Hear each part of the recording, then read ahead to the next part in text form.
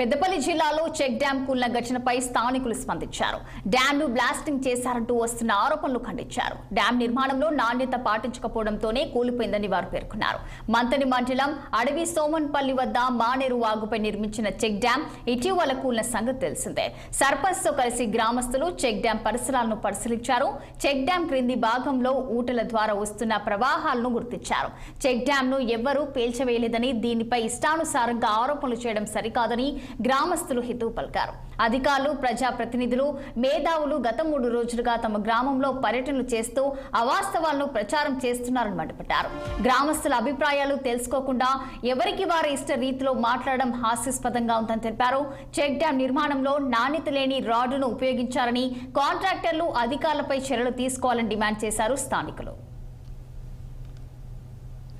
ప్రభుత్వం కట్టిన check dam ను నిన్న పెద్ద పెద్ద మేధావులు వచ్చి పరిశీలించి ఇది బాంబు బ్లాస్టింగ్ అంటున్నారు.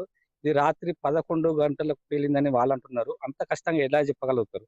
నేను ఒక రైతుగా నాకు ఇక్కడ చెక్ డ్యామ్ ముంగట ఒక 8 ఎకరాల పొలం ఉన్నది. పొలం చూస్తానికి వస్తానుకు ఇక్కడ 8-9 గంటలకు చేపలు పడుతున్నారు. ఇక్కడ చేపల కాలు కూడా పడుతున్నారు. చెక్ డ్యామ్ కూడా మంచిగా ఉన్నది.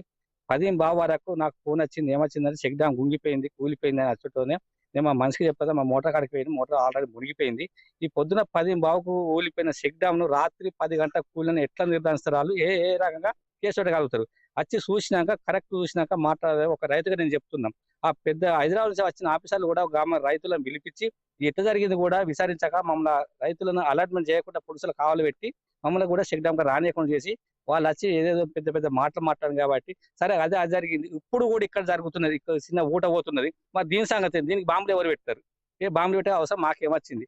దీనివల్ల మాకు చెక్ డ్యామ్ వల్ల ఎలాంటి నష్టం లేదు, లాభం కూడా లేదు. దీనివల్ల ఇది ఎలాంటి బ్లాస్టింగ్ లొట్టపీస్ ఏం లేదు. అట్టిదే ఇదంతా హంబక్ గానీ ఇదంతా ఏంటంటే కాంట్రాక్టరు, అధికారులు, గత ప్రభుత్వంలో ఉన్న మీలాంటి వాళ్ళు అందరు కుమ్మక్క అయిపోయి 39,82,00,000 రూపాయలు అట్టిగా దీనికి ఖర్చు అనేది మాత్రం 5-6 కోట్లు పెట్టవచ్చు. కానీ మిగతా అన్ని పైసలన్నీ దొరుకుతుంది. ఇదంతా స్పష్టంగా కనబడుతుంది మీకు. 6 నెలల కుందడ ఊలిపోయినా మరి దీనికేం బాంబులు పెడితే ఊలిపోయినా ఏం లేవు కదా. కాబట్టి మీరు వచ్చిన వాళ్ళందరూ కూడా కనీస జ్ఞానంతో మాట్లాడాలి. బాంబులు పెట్టిండ్రు, గేములు పెట్టిండ్రు, కాంగ్రెస్ పార్టీకి ఏమైనా అవసరం ఉంటుందా బాబు? ఆ ఇసుక పైసలు కాంగ్రెస్ ఏమైనా అవసరం ఉండదు.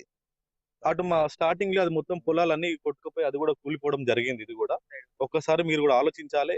మాట్లాడతారు మతి స్థిమత కోల్పోయి కొందరు మాట్లాడుతున్నారు. మాజీ జెడ్పీటీసీ గారు పుట్టమది గారు గుర్తు పెట్టుకోవాలి. మీరు మతి స్థిమత కోల్పోయింది.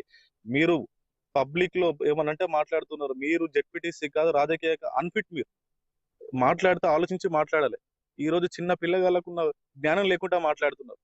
ఇసుక క్వారీలు ఎవరిచ్చిలాంటి పర్మిషన్లు మీరు ఇచ్చారు? మీరు దొంగ లారీలు నడిపించారు. మీది ఈ చెక్ డ్యామ్ కట్టి మీరు ఇల్లు కట్టారు. అక్కడ మంత్రులు ఇల్లు ఎట్లా నిర్మించారు? చెక్ డ్యామ్ పైసలతోటి కాంట్రాక్టర్లను బెదిరించి కాంట్రాక్టర్లతో చేతులు కలిపి మాత్రం మీరు చెక్ డ్యామ్ నిర్మించడం జరిగింది. మీరు ఒకసారి మా మంత్రి వేలకు, మా గవర్నమెంట్ కు కోరుకునేది ఏంటంటే మీరు ఒక్కసారి ఆలోచించాలి. దీనిపైన ఏసీబీ అండ్ విజిలెన్స్ ఎంక్వైరీ కూడా కాంట్రాక్టర్ తో పాటు తెలంగాణలో సన్న రకం